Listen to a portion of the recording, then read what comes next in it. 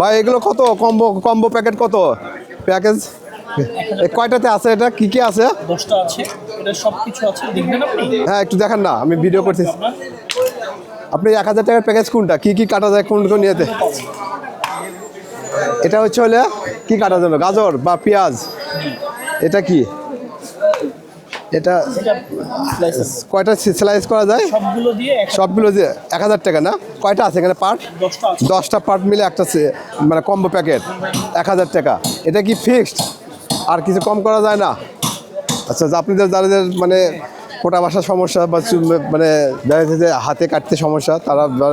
অল্প সময়ে দেখা যাচ্ছে এখানে 10টা মিলে একটা কম্বো প্যাকেট আছে আপনারা ইচ্ছে করলে এখান থেকে এটা কিনে নিতে পারবেন এবং খুব শর্ট টাইমে কাটাকাটি করা যাবে তবে এক্সপার্ট হতে হবে এই বিষয়ে